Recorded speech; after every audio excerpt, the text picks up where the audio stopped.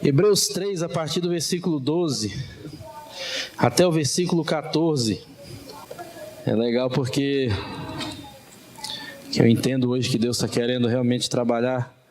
Nós tivemos aqui um momento na segunda-feira, na aula, onde Deus estava ministrando sobre o descanso. E eu entendi que deveria ministrar e pregar e aprofundar um pouco mais sobre isso. E se você achou aí, vamos ler aqui agora. Versículo 12 diz assim: tende cuidado, irmãos, jamais aconteça haver em qualquer de vós perverso coração de incredulidade, que vos afaste do Deus vivo. Pelo contrário, exortai-vos mutuamente, cada dia durante o tempo que se chama hoje, a fim de que nenhum de vós seja endurecido pelo engano do pecado. Porque nos temos tornado participantes de Cristo, se de fato guardamos firme até o fim a confiança que desde o princípio tivemos. Amém? É interessante isso, porque Hebreus é um livro que trabalha com umas coisas bem profundas, e a incredulidade ela vem com a forma inversa daquilo que nós entendemos como a fé. Hebreus também define para nós o que é fé em Hebreus 11. E a gente vê assim na Bíblia, estudando a Bíblia, a gente encontra algumas definições, mas normalmente não são muitas definições que são dadas na palavra de Deus. E nós percebemos que por algum motivo, e eu creio que porque o motivo é algo muito importante, Hebreus 11 define a fé claramente. Muitas coisas na palavra de Deus nós não temos uma definição clara. Então, se perguntar o que é graça, você não vai encontrar uma definição bíblica de graça, dizendo em algum texto da Bíblia que a graça é determinada coisa. Se nós formos perguntar o que é misericórdia, o que são esses tipos de atributos de Deus, provavelmente a gente não encontre uma definição específica, porque a gente vê que a palavra de Deus nos ensina esses atributos de Deus, essas coisas que nós estamos falando, elas são ensinadas através da maneira que Deus nos trata, da maneira que Deus nos ensina, através da vivência, da maneira que Jesus viveu, nós aprendemos essas coisas. Então nós não vemos Jesus ensinando, olha, a graça é isso. Nós vemos Jesus expressando a graça. Nós vemos Jesus estendendo a graça. Muitas vezes nós vemos o conflito, né? A gente tem muito essa questão na igreja, o conflito entre a lei e a graça. E a gente estava até ensinando esses dias que nós precisamos entender que a Bíblia diz que Jesus andou entre nós cheio de graça e de verdade. E a graça precisa vir primeiro. A graça, ela precisa chegar antes. Porque se nós tivermos somente a verdade, essa verdade ela pode trazer morte e condenação. Ou condenação e morte. Quando Jesus ele se encontra com aquela mulher adúltera, e é interessante isso, depois dá uma lida no capítulo 8 de João inteiro, e você vai perceber o desenrolar da coisa. Jesus se encontra com uma mulher adúltera, e naquele momento aqueles homens estavam preparados para matar aquela mulher e apedrejar aquela mulher. E aquela mulher diante da lei, a Bíblia ensinava claramente que diante da lei aquela mulher deveria morrer. Só que você percebe que Jesus primeiro, ele não debate a lei com aqueles homens, ele não discute essa questão da lei, e a segunda coisa que é interessante, Jesus ele exala, ele derrama sobre a vida daquela mulher a graça. Por isso que você percebe a maneira que as coisas vão funcionando. A verdade diz para nós que nós pecamos e como pecadores nós temos que morrer. A graça diz, nós pecamos, como pecadores nós temos que morrer, mas Jesus diz, eu morri no teu lugar para que você tenha vida. Então graça é essa questão de amar o indivíduo acima do seu erro, de amar o indivíduo acima do mal que ele está causando. Por isso que quando Deus olha para a nossa vida, Ele tem trabalhado, tem repreendido, tem aprofundado algumas coisas em nós, porque primeiro, antes de nos condenar por causa do nosso erro, Ele nos ama como indivíduos. E eu acho uma coisa linda de Deus que Ele consegue separar comportamento e indivíduo. Uma das coisas que nós temos uma dificuldade muito grande quando nós estamos lidando com pessoas que estão falhando é separar o indivíduo do comportamento. É conseguir amar a pessoa e separar o erro, tirar o foco do indivíduo, colocar o foco no comportamento e corrigir um comportamento. Por isso que o propósito de Deus não é destruir o ser humano, não é trazer condenação para o ser humano, não é nos matar, porque se fosse, seria muito fácil. O propósito que Deus tem para cada um de nós é que a gente tenha um entendimento claro dos erros, das falhas, do mal que nós temos causado, que haja arrependimento, como nós falamos na semana passada, e esse arrependimento nos coloque alinhados ao propósito que Ele tem. Por isso que o texto está dizendo assim, olha irmãos, tende cuidado, ele está dando um aviso. Cuidado, porque uma das formas que o inimigo mais trabalha na vida das pessoas é trabalhando com um nível de engano para gerar incredulidade. Por isso que ele está dizendo assim, olha, jamais aconteça haver em qualquer de vós. E ele dá uma ênfase aqui nessa palavra perverso, coração de incredulidade. Porque você percebe uma coisa, a incredulidade põe à prova, a incredulidade coloca em dúvida aquilo que Deus fala. A incredulidade vai além, ela não coloca só em dúvida aquilo que Deus fala, ela faz com que a gente questione quem Ele é. E aí você percebe que a incredulidade ela é totalmente o inverso daquilo que a Bíblia nos ensina como fé. Hebreus 11 diz que a fé é o quê? Certeza das coisas que se esperam e a convicção de fatos que não se veem. Isso, claro, que está dentro da versão revista e corrigida, ou revista e atualizada. Aí tem outras versões, firme fundamento e tudo. Mas uma coisa interessante é que você percebe que o propósito de Deus é que cada cristão caminhe e viva dentro de um contexto de certezas, dentro de um contexto de convicções. Por isso que é uma estratégia muito usada, e o autor de Hebreus está falando, toma cuidado com isso. Para que o seu coração não se encha de incredulidade, para que o seu coração não comece a duvidar daquilo que Deus tem te falado, para que o teu coração não comece a duvidar de quem Deus é de fato, porque esse texto ele está contextualizado numa situação que aconteceu, e você encontra isso em Êxodo, Números 20, Êxodo 17, quando o povo estava diante de uma situação que eles tinham saído do Egito. O Salmo 95 fala dessa parte também, que eles tentaram o Senhor. Eles tinham saído do Egito, tinham caminhado um pedaço, chegam num determinado lugar, chamado de Meribá, Massá, e eles estão ali murmurando contra Deus e batendo pesado em cima de Moisés como seu líder. E Deus ele fica extremamente irado com o coração daquele povo. Deus fica extremamente irado com essa perversidade do coração daquele povo. E a gente às vezes lê, não sei se você já meditou assim profundamente no livro de Êxodo, mas se você começa a ler Êxodo, você vai ficando irritado. Irritado com a dureza de coração, irritado com a quantidade de vezes que aquele povo murmura. Era aquela coisa, Deus enviava algo, abençoava o povo, supria uma necessidade, amanhã já não tinha mais aquele suprimento, ou queriam outra coisa, eles começavam a murmurar. Só que a gente esquece, querido, que Êxodo é um reflexo literal do ser humano, de mim e de você, em cada situação, em cada dificuldade que a gente passa. O livro de Êxodo revela o coração da gente. Por mais que a gente fique indignado, poxa, mas que povo miserável, que povo ingrato. Se a gente for ser sincero com nós mesmos, a gente olhar para a nossa vida, a gente também funciona do mesmo jeito. Quando a gente está bem, tem saúde, Deus é bom. Quando a gente adoece, Deus me abandonou, Deus não ouve minha oração. E o povo começou a murmurar, falando para Moisés, para que você tirou a gente desse lugar? Para que você tirou a gente da escravidão do Egito? Para que você tirou a gente do Egito, se a gente vai morrer de sede aqui? E começaram a murmurar, meu irmão. E aquilo acendeu a ira de Deus contra aquele povo, porque Deus fala para eles assim, vocês não viram tudo aquilo que eu já fiz?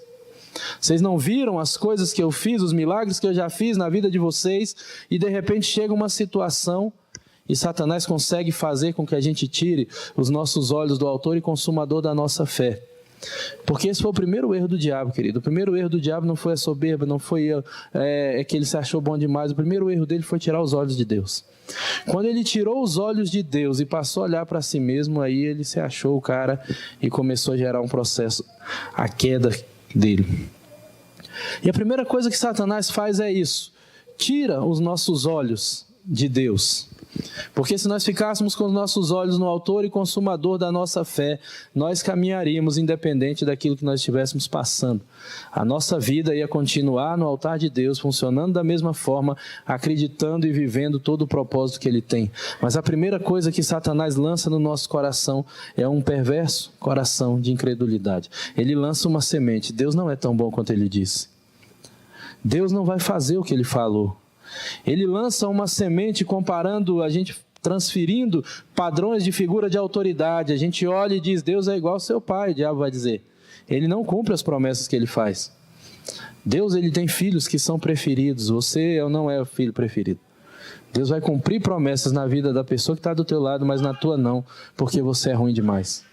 E a gente começa, querido, a perceber a maneira que o inimigo tem trabalhado de forma sutil, e às vezes nem tanto, para plantar no nosso coração essa incredulidade, para que a gente comece a questionar as coisas que Deus já nos falou.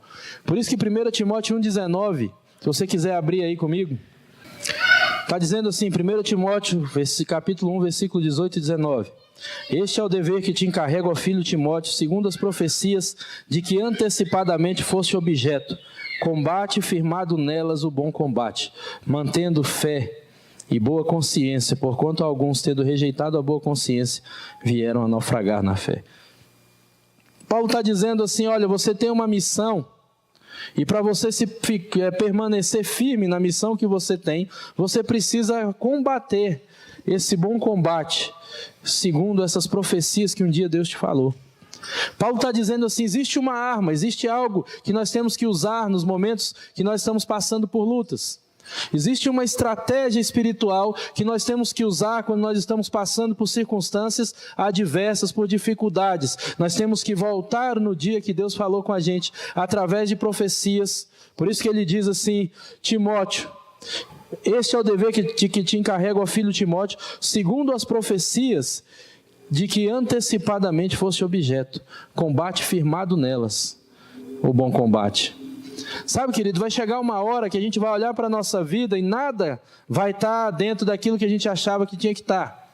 Nós vamos olhar para as circunstâncias e a gente vai pensar, caramba, está tudo o contrário daquilo que eu esperava. E às vezes o contrário daquilo que Deus disse.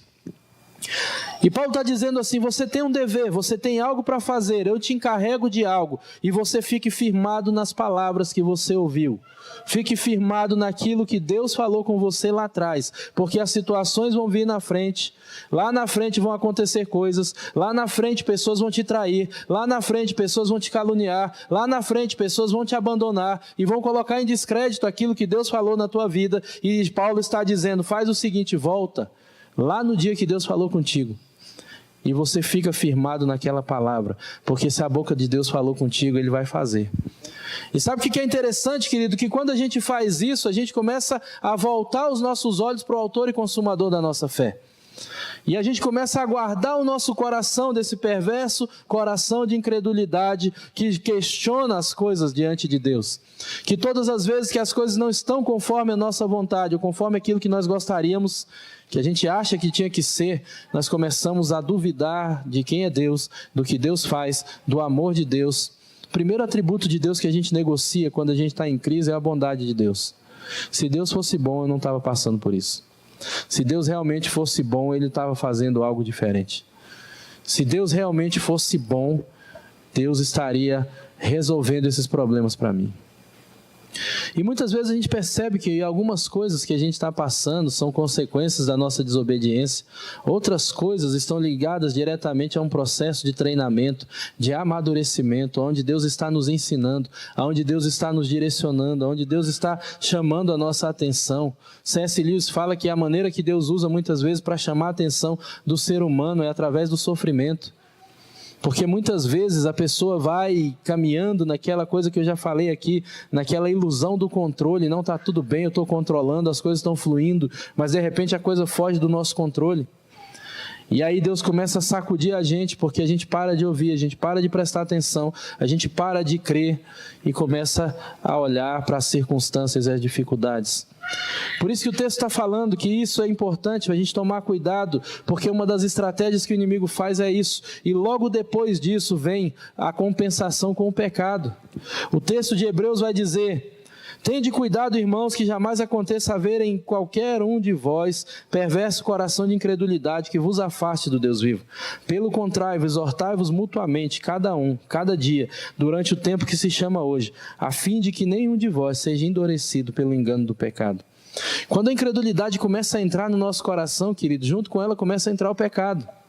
Quando a gente começa a questionar os atributos de Deus, a bondade dEle, o amor dEle, o cuidado, a misericórdia, quando a gente começa a questionar, a gente começa a distorcer a imagem de Deus no nosso coração, na nossa visão, nós começamos a entrar e ser endurecidos pelo engano do pecado. E aí nós começamos a questionar, nós começamos a negociar princípios. Não compensa ficar em santidade, não compensa buscar a Deus, não compensa levar isso a sério. Porque se Deus fosse bom mesmo, Ele já tinha me dado o que eu queria. Já tinha me dado o meu emprego, já tinha me dado o meu marido, já tinha me dado a minha esposa, já tinha me dado todas as coisas que eu quero. Como Deus não me dá, eu começo a resolver o problema do meu jeito. E aí isso vai afastando a gente do coração, vai afastando o Deus do nosso coração, vai afastando a gente desse lugar de descanso. Por isso que a gente percebe, hoje eu estava conversando com o pessoal, estava numa reunião com alguns irmãos e foi uma bênção. E uma irmã me perguntou, por que que o cristão hoje, pastor, na sua visão, por que que o cristão hoje está se matando? Por que que as pessoas hoje estão desistindo? Por que que o evangelho que é vida não está entrando e conseguindo gerar essa vida?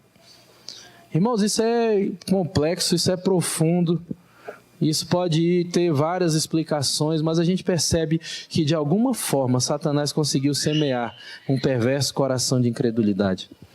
Eu não estou querendo ser cruel, julgar pessoas que estavam passando por um sofrimento profundo e que entenderam que a melhor coisa que podiam fazer era desistir da própria vida, mas alguma coisa, em algum lugar na caminhada dele, Satanás plantou uma semente de incredulidade.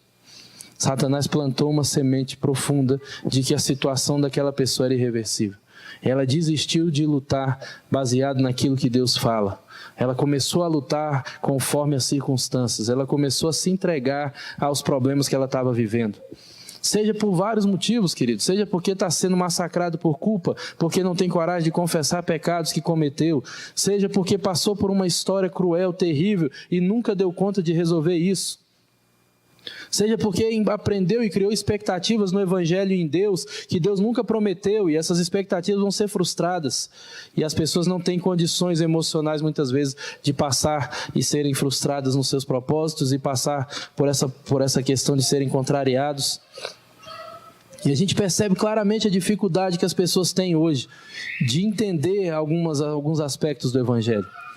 Eu não estou querendo ser cruel, nem dizendo que as pessoas não estão sofrendo, não estão passando por dificuldades, mas eu estou querendo dizer que eu tenho convicção plena que a palavra de Deus tem solução para aquilo que está acontecendo. Mesmo que seja difícil, meu irmão, mesmo que seja duro, mesmo que seja profundo, eu sei que a palavra de Deus tem cura para qualquer enfermidade da alma que a pessoa está carregando. É uma coisa literal. Só que às vezes nós temos expectativas que vai ser através de um milagre. Não, vão orar na minha cabeça e vai resolver, e às vezes não é.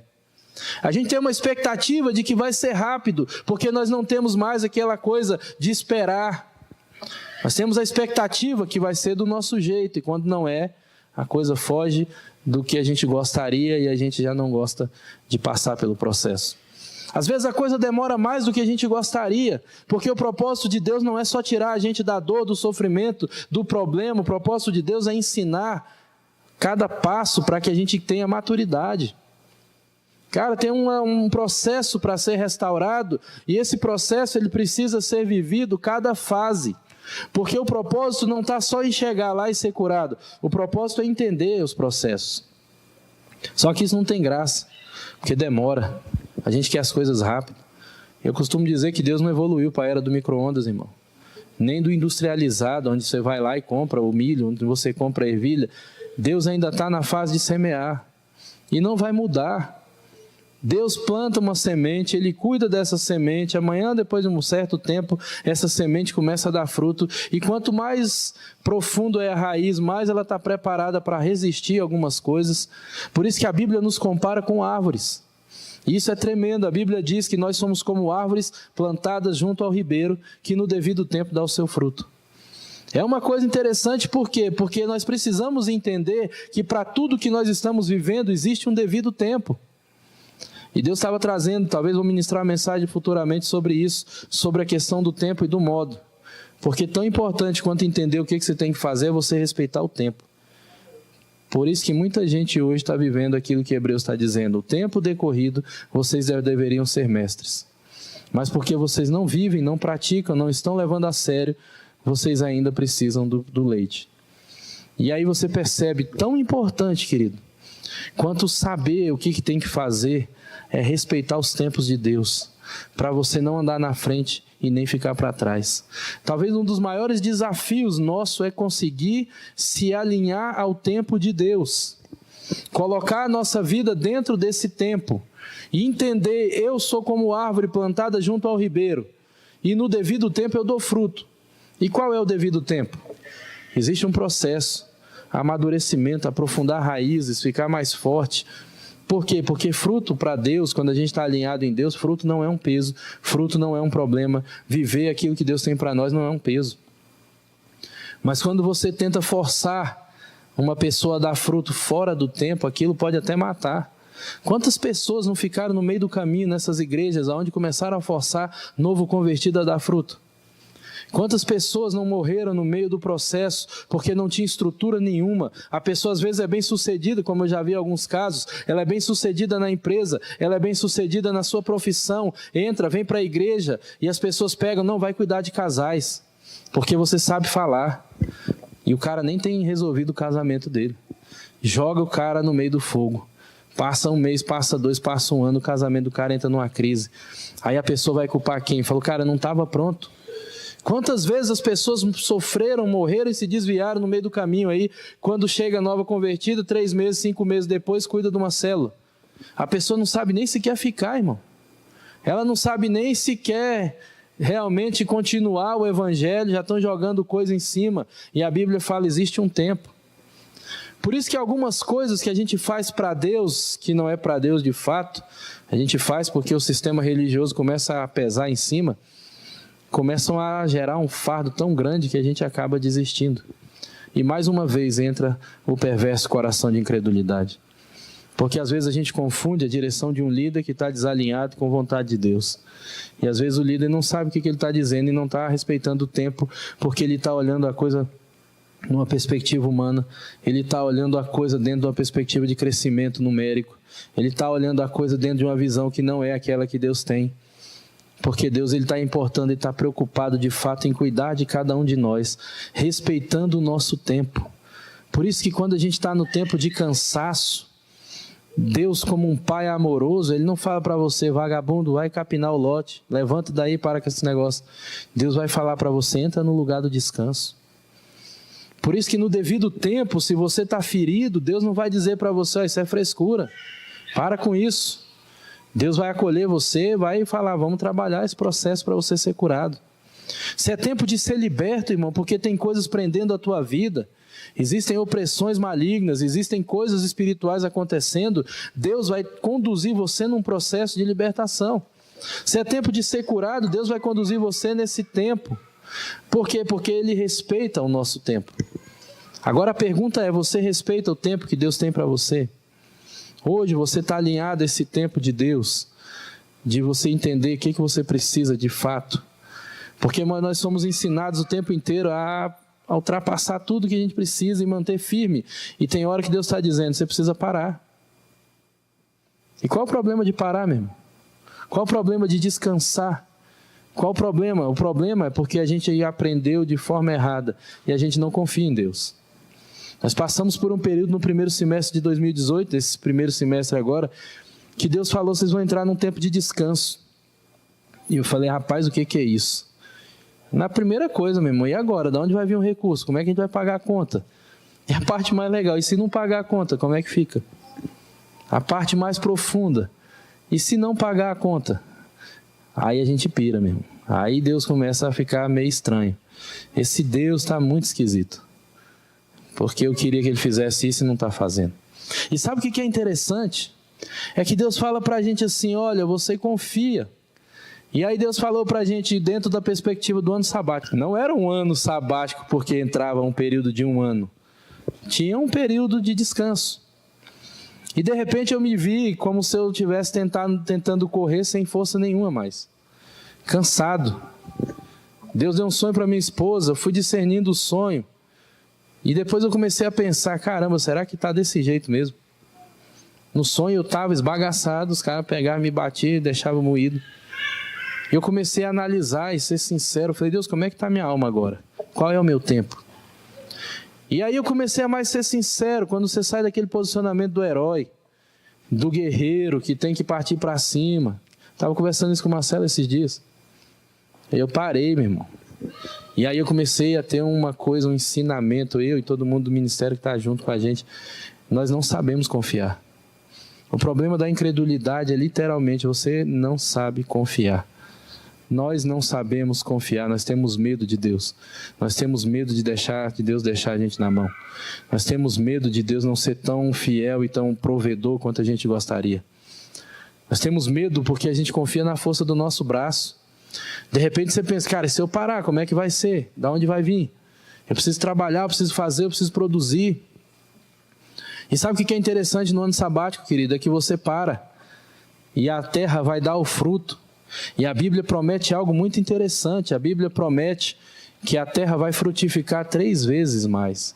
Ela frutifica para o ano que você para o ano que está entrando e para o outro ano ainda. Fica praticamente ali 3 vezes mais.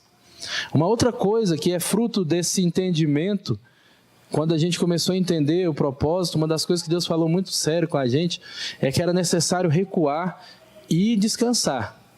Mesmo sem saber como é que é isso, meu irmão. Fala, caramba, como é que faz esse negócio? Por quê? Porque os projetos estão fluindo, a gente está ali cheio de pensamento. Aí a primeira coisa, querido, a gente vai argumentar, o que eu faço? Eu obedeço ou eu faço o que eu acho que tem que fazer? E obedecer nessas horas, no momento que Deus está falando, olha, dá um tempo e descansa, é pesado.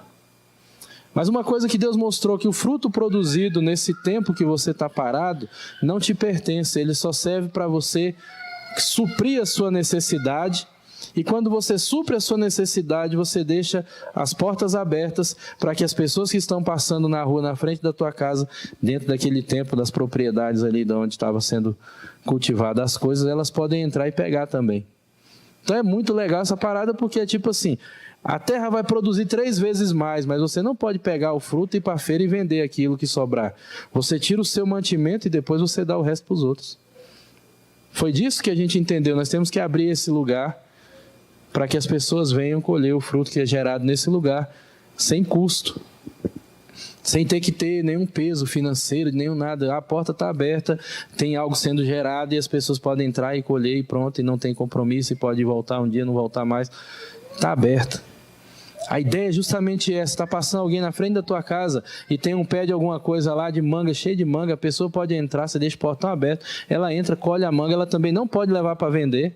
Isso era uma lei, querido. E essa confiança aqui é justamente o combate direto a esse coração perverso de incredulidade. É a hora que a gente realmente entende que não está na nossa mão, não é na força do nosso braço, não depende do tanto que eu trabalho, não depende do tanto que eu me esforce. Há um tempo atrás eu entendi, Deus, eu não preciso de muita coisa, não preciso de muitos projetos, eu preciso do favor do Senhor. E a Bíblia fala que Abraão tinha o favor, que Isaac tinha favor, Jacó tinha favor, e todos eles tinham muita riqueza. Porque Deus abençoava qualquer coisa que eles fizessem. E o nosso maior desafio é justamente esse, é você conseguir se alinhar de fato ao propósito que Deus tem para a tua vida, para que você alcance o favor dele. Porque se você alcançar o favor dele, você produz muito com pouca coisa. Você dá fruto naturalmente, sem nenhum esforço, sem ser pesado, sem ser aquela coisa que você não consegue fluir durante muito tempo. E aí Deus está falando para nós, é justamente isso. O lugar de descanso é esse lugar. É esse lugar onde eu faço naturalmente aquilo que Deus me ensinou e me deu, e eu tenho o favor dele, e ele faz com que o trabalho das minhas mãos prospere. E multiplique, e seja uma bênção, e alcance aonde precisa ser alcançado. E às vezes a gente pensa, às vezes a gente anda naquela linha, até onde faz o marketing, até onde ora. E aí a gente precisa entender que não adianta só o marketing se você não tem o favor. Não adianta divulgar para os 4 cantos do mundo com todas as ferramentas, se Deus não está abrindo as portas e deixando as pessoas chegarem ao lugar. E é uma das coisas mais interessantes, querido, essa confiança, esse cuidado de Deus, de falar para nós assim, eu quero que você aprenda a confiar em mim. Essa é a lição mais difícil que tem no Evangelho. Porque quando a gente começa a caminhar com Deus, a gente vem de uma história onde muitas pessoas nos feriram, onde muita gente não foi confiável, onde muita gente prometeu e não cumpriu, Aonde a gente tem nos nossos líderes que passaram pela nossa história, principalmente no princípio da nossa fé, aquela mentalidade mais infantil de olhar para aquele líder e ter expectativas elevadas demais. E de repente o líder começa a falhar, começa a demonstrar a sua humanidade. E eu não estou falando de pecado escandaloso, estou falando de coisas às vezes simples. Humanidade, todos nós temos. Teve pessoas que andaram perto de mim e não suportaram a minha humanidade. Pô, o pastor brinca, o pastor faz isso, o pastor faz aquilo. Pô, pensar, cara... Por quê? Porque se encanta com um personagem de púlpito. Ah, porque ele falando é de um jeito. Não, irmão, você quer me conhecer, você vai na minha casa. Você anda com a gente, conversa com a minha esposa, com meus filhos. Não se impressione com personagem de púlpito, por causa do microfone que fala bem, não. A coisa está perto e teve pessoas que andaram perto e não suportaram. E eu não fico assim, eu vou pensar, não, eles não tinham esse direito, pois não me amaram. Irmãos, o cara está dentro da limitação dele. Se não suportou, Deus abençoe. Às vezes as pessoas não vão conseguir suportar a nossa humanidade. Por isso que você vai perceber que relacionamento é uma coisa complicada. Porque quando a gente começa a andar perto demais, tem um autor chamado Larry Crabb que ele diz assim, você olha de longe, a maçã está bonita, mas quando você morde, ela está podre. Todo ser humano é desse jeito. Não escapa mas só Jesus escapou. Bonito de longe, no púlpito, pregando, com o microfone na mão, tocando, né? Tocando, ministrando, é lindo, maravilha. Chega perto, você morde, está podre. Está lá cheio de coisas, cheio de situações. E aí a gente começa a transferir isso para Deus. Pô, fulano que eu esperava grande coisa dele, não foi tão bom quanto eu esperava, então Deus também não é confiável. A gente começa lá na figura do nosso pai. Meu pai prometi e não cumpria, então Deus também não vai cumprir, porque Deus também é pai. Meu pai, ele fazia coisas que não deveria, e eu confiei nele, ele me traiu, me abandonou, foi embora, então Deus também vai fazer a mesma coisa, e eu não consigo confiar. E aí a gente tem falado durante esses dias, o evangelho é entrega, irmão. O evangelho é sinceridade, é transparência. Deus não está perguntando os seus argumentos, Deus quer saber o que é verdade. Talvez você tenha chegado aqui com pecado e acabou de fazer ontem, antes de ontem. Deus não está olhando só para isso. Deus está olhando nesse exato momento a sinceridade do teu coração. Até onde você quer de fato? Até onde você está disposto de fato? Essa é a pergunta. Existe sinceridade no teu coração? Deus está vendo e você está assim, Deus, eu não consigo. Tá, essa é uma outra parte. Mas a primeira coisa, existe sinceridade no teu coração? Existe sinceridade de verdade? Você se arrepende? Você realmente tem uma disposição de querer viver o propósito de Deus? Porque se existe isso de verdade, existe um olhar de Deus para você de uma forma diferente. Ele vai trabalhar teu coração. Quando ele pega a mulher adúltera naquela situação ali, ele não condena aquela mulher. E ele também não fica discutindo com ela como é que vai ser, o que vai acontecer, e agora, como é que é. A mulher também não sabe, também não fica perguntando coisas. Foi só um momento que ela foi tocada. Alguma coisa aconteceu e dali desencadeou um processo. Aonde ia parar isso, só Deus é que sabe. Às vezes a gente só tem que se render. Às vezes a gente só tem que reconhecer, Deus, eu não consigo descansar. A gente tem que ser sincero, Deus, eu não confio no Senhor. Quando as coisas fogem das minhas mãos, do meu controle, eu entro em crise. Às vezes a gente olha para Deus e diz, Deus, eu quero muito, mas não consigo. Seja sincero. Se não for cara de pau, né? Porque às vezes a pessoa está ali só na malandragem. Mas a maioria das pessoas que eu tenho conversado são pessoas sinceras. Às vezes estão patinando, estão caindo, mas a Bíblia está falando, se por 7 vezes cair o justo, por 7 vezes Deus o levantará. Não está na nossa força, querido. Eu comecei a entender que áreas que eu lutei a minha vida durante um tempo, eu não consegui vencer, mas quando eu entendi que não era na força do meu braço e que eu precisava só entregar e me render, e isso é algo interessante, a gente estava na Rave um dia conversando com o pessoal lá e fizeram uma pergunta, como é que é essa coisa de se render? E é difícil explicar isso, porque essa rendição é uma entrega real, quando a ficha cai para você e você realmente abre mão daquilo. Agora, como é que funciona isso? Tem gente que ora e diz, eu renuncio, eu entrego, e depois no outro dia está sentindo a mesma coisa, que não entregou nada. Tem uma hora, querido, que alguma coisa acontece, eu sei isso na minha vida, eu sei como que foi, coisas que eu tive consciência na minha mente, e depois aquilo caiu com a ficha cai, e aí eu entendo, não, realmente eu preciso fazer isso, eu preciso me alinhar. E é quando a ficha cai, você se rende. Às vezes luta, aquela briga tentando resolver coisas, vencer algum pecado, vencer alguma dificuldade, e a gente luta e só frustração, decepção, até a hora que cai a ficha da gente. Eu preciso de ajuda, eu preciso que alguém me ajude. Às vezes alguém, literalmente, uma pessoa que vai orar pela tua vida, que vai ministrar você, às vezes essa questão de falar, Deus, eu preciso da tua ajuda. A santidade, querido, ela não faz parte da nossa estrutura humana. Viver uma vida de santidade, perdoar pessoas não faz parte da nossa estrutura humana caída. Não faz parte, não é normal, não é assim, perdoar é uma coisa muito fácil. Amar os outros não faz parte da nossa natureza pecaminosa. Isso tudo é um processo de Deus trabalhando dentro de nós profundo. Porque se Deus não fizer isso, a gente continua no nível de superficialidade, onde a gente se relaciona com tapinha nas costas, um sorrisinho, mas a gente nunca sabe o que é amar de fato. A gente nunca sabe o que é andar a segunda milha. A gente nunca sabe o que é perdoar uma pessoa que feriu. E aí a gente acaba carregando uma vida totalmente pesada e entrando, como o texto está dizendo, um perverso coração de incredulidade, e vai afastando a gente do Deus vivo. E de repente o evangelho começa a chegar num ponto que não faz mais sentido. Por quê? Aí entra no Salmo 73. Cara, eu olho para a vida do povo, tá todo mundo ganhando dinheiro. Eu olho para as pessoas lá fora, o cara anda num carro zero, o cara tem uma casa boa e eu não estou vivendo nada disso. Aí chega uma hora que o cara começa a dizer, cara, não vale a pena. Por que eu vou ficar firme nisso aqui? Aí a Bíblia fala, querido, eu preguei acho que no primeiro dia que a gente abriu aqui, até que entrei no santuário de Deus, até que eu entrei diante de Deus, até que eu entrei no lugar do descanso, até que eu comecei a olhar as coisas a partir da perspectiva de Deus e não mais a partir do sistema das coisas que foram ensinadas. Até que eu começo a entender que eu não tenho mais que correr, que eu não tenho mais que lutar somente, às vezes eu tenho que parar e descansar no colo do meu Pai. Descansar, por isso que o texto em Hebreus 4, se você tiver aí, quiser abrir, 4:11 está dizendo assim: esforcemo-nos, pois, por entrar naquele descanso, a fim de que ninguém caia, segundo o mesmo exemplo de desobediência.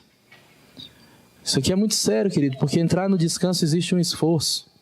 Parece uma coisa contraditória, sabe por quê? Porque quando nós estamos lidando com o descanso de Deus, o descanso de Deus não é ausência de trabalho. Descanso de Deus não é ausência de fazer alguma coisa. Descanso de Deus não é ausência de dar frutos no tempo. O descanso de Deus é o descanso que alcança a nossa alma. Que o mundo pode estar virando de cabeça para baixo, que o mundo pode estar em guerra, que pessoas podem estar traindo, caluniando, abandonando, e nós estamos num lugar onde o nosso coração descansa, a nossa alma descansa. Por isso que eu estava falando segunda, Davi entende coisas que muitas vezes a gente não entende numa vida inteira. Davi diz assim, eu em paz me deito e logo pego no sono, porque tu, Senhor, me fazes repousar seguro. Mas por que Davi deitava e dormia, se ele era um cara de guerra, se tinha pessoas o tempo inteiro ali, acampadas em volta, tentando matar, tentando destruir? Davi escreve salmos dizendo assim, Senhor, como cresceram os meus inimigos, e muitos são os meus adversários. Ele olha em volta, tem gente traindo, ele está dentro de casa, tem um filho querendo tomar o reino dele. Talvez olhasse para os servos dele pensando, qual desses aqui pode ser um potencial traidor? Mas ele conseguia entender, existe um lugar de descanso. Satanás está querendo me matar, tem gente falando mal de mim, tem gente caluniando, e às vezes não estão caluniando, acho que foi até a Márcia que colocou no Instagram. Se você vier falar mal de mim, me chama, porque eu sei coisas terríveis a meu respeito. Às vezes as pessoas estão falando mal e não sabem nem a ponta do negócio. Vem aqui que eu vou te contar uns negócios pesados, você vai ver. Aí você vai ver o que é escandalizar. A gente tem muito medo de reputação, irmãos. Eu acredito que muita coisa tem a ver com isso. Eu falei a semana passada, nós temos uma arma de guerra tremenda chamada renúncia. Se você aprender a usar a renúncia, você não sofre de ansiedade, você não sofre com medo, você não sofre com essas angústias da vida. Eu queria tanto uma coisa, cara, não vai ter, então Deus, eu renuncio isso. Eu queria tanto ser curado, mas não vai ser, você vai morrer com isso aí, então eu renuncio e eu quero agora viver o tempo do Senhor. Porque muitas vezes a gente está ali brigando com Deus por coisas que a gente quer e Deus está falando, você não está pronto. Se eu te der isso aqui, você se destrói. Se eu te der isso aqui, você vai usar de forma errada. Ezequias vai e pede para Deus 15 anos a mais. Depois desses 15 anos, foi os 15 anos que ele mais fez besteira. Ele tinha que ter entendido, está na hora de morrer, então conserta a tua casa e morre. Eu estava lendo isso, querido, algo tremendo. Deus chega para Arão e fala para ele, você vai morrer. Você está pronto para isso, irmão?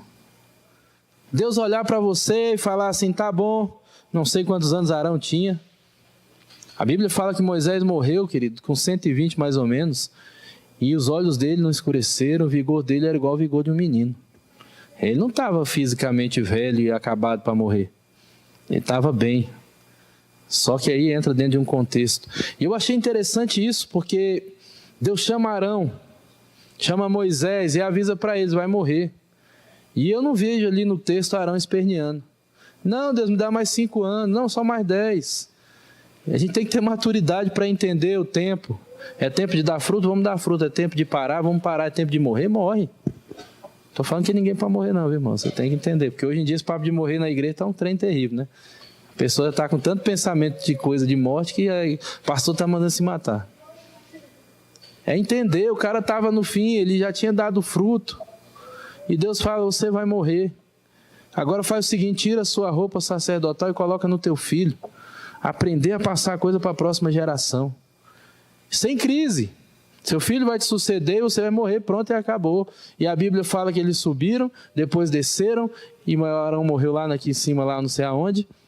E depois Moisés desce e a Bíblia fala que eles choraram 30 dias por Arão e fechou o ciclo daquele homem. Tempo de Deus. Tempo para cada coisa. Tempo para descansar, tempo para correr, tempo para dar fruto, tempo para aprofundar raízes, tempo para amadurecer, tempo para entender tudo isso. E aí a gente vê, cara, que tem horas que é tempo da gente entrar no lugar do descanso. A gente tem falado muito da guerra, querido, mas a guerra também ela tem momentos que a gente tem que recuar e descansar. Até numa guerra real, o soldado não suporta muito tempo no fronte de batalha. Às vezes um momento de confronto não dura meia hora, não dura 40 minutos, 1 hora. São meses de estratégia, de acampamento para 15 minutos de guerra. Depois volta, todo mundo recua, descansa, se alimenta e volta ali no fronte, tem mais uma batalha. Porque as pessoas não suportam o tempo inteiro na guerra. E é justamente isso que Deus está ensinando. Existem batalhas que a gente vai lutar, mas existem momentos que a gente tem que recuar, que a gente tem que descansar, que a gente tem que entrar no lugar de descanso. E entenda uma coisa, querido, entrar no lugar de descanso não é ausência de trabalho físico, de fazer algumas coisas, é o momento que a sua alma entra nesse lugar de confiança. Independente do que eu estou vivendo hoje, Deus está cuidando de mim e na hora certa Ele vai fazer o que é necessário. Se são recursos que precisam ser enviados, Ele vai enviar. Se são coisas da saúde que precisam ser restaurado, no tempo, se você fizer o que precisa ser feito, lógico, vai ser restaurado. E agora o nosso maior problema é esse, é que a gente às vezes desiste. Você percebe que às vezes é contraditório. Esforcemo-nos para entrar nesse lugar. Existe um esforço da tua alma para entrar no lugar de descanso. Você vai ter que lutar contra a sua incredulidade. Você vai ter que lutar contra a sua falta de confiança. E aí você vai ter que se esforçar. Talvez no primeiro momento você entre e fique como as pessoas em Meribá. Cara, Deus, eu paguei a de luz ontem, mas faltou a de água, e começa a murmurar. Deus, eu paguei a do carro, mas faltou o aluguel, começa a murmurar. Deus, agora eu estou com um problema na minha saúde, começa a murmurar. Só que o que a gente tem que entender é que, primeiro, dentro dessa circunstância, nós estamos dentro da nossa humanidade. Vai ter hora que a gente não vai conseguir ser tão bom quanto deveria, então é momento de arrependimento. Momento de sinceridade. Deus, eu não confio no Senhor. Eu não consigo entrar no lugar de descanso. Eu não consigo soltar algumas coisas. Eu não consigo entregar algumas coisas. 1 Pedro 5,9 diz assim: lançando sobre ele toda a vossa ansiedade, porque ele tem cuidado de vós. Acho que é 5,9, 5,7, alguma coisa assim. E o interessante é isso, é que nós não conseguimos lançar. Deus está pedindo para você, coloque isso aqui no meu altar. O que você tem medo? Qual é a coisa que gera ansiedade no teu coração? E a Bíblia está dizendo, lança isso sobre ele, porque ele tem cuidado de você. Coloca isso nas mãos dele, porque ele está cuidando de você. Quais são as coisas que nós precisamos lançar para Deus? Para entender que ele está cuidando de nós de fato e confiar nisso. Vamos ficar de pé, irmãos?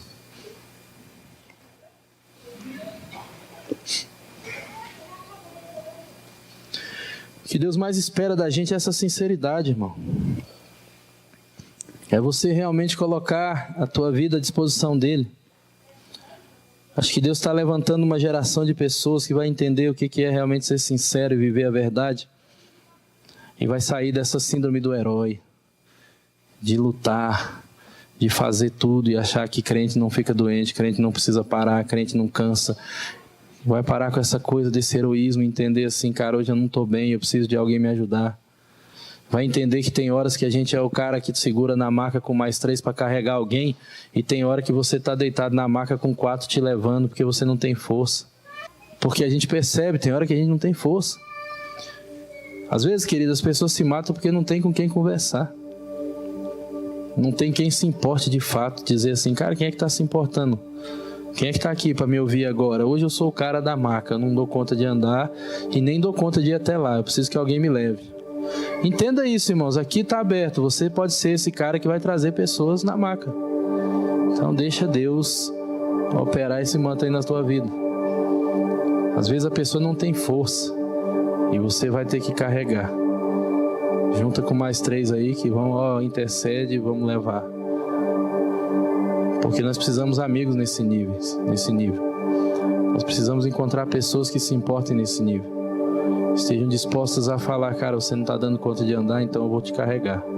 E eu vou te levar até Jesus, mesmo que tenha que descer você pelo telhado. E eu vou colocar você diante dele. Essa mensagem mexe comigo, porque os caras podiam ter desistido na porta. Chegaram a multidão tampando a porta e falaram assim, não, eu vou embora. Joga ele no chão aí, a gente já chegou perto da porta, não deu para entrar, então de repente Jesus passa e pisa em cima dele e ele é curado. Mas os caras olharam e falaram, não dá por aqui, vamos por cima. E isso impressiona Jesus. E é algo interessante, porque os caras tinham um compromisso com aquele amigo deles tão forte. Os caras olharam e falaram, não, vamos sair daqui só a hora que a gente vê a vida desse cara aqui restaurada. Vamos colocar ele nos pés do Senhor e a gente vai ficar aqui até a hora que o milagre acontecer. E às vezes, querido, a gente precisa de pessoas que vão fazer isso por nós. Tem horas que a gente vai fazer isso por alguém. E a gente tem que discernir o tempo. Talvez seja o seu tempo agora de chegar diante de Deus, de falar com Deus. Talvez você esteja lembrando de pessoas agora que você pode ajudar. E eu entendo que Deus tem algo para ministrar na nossa vida hoje.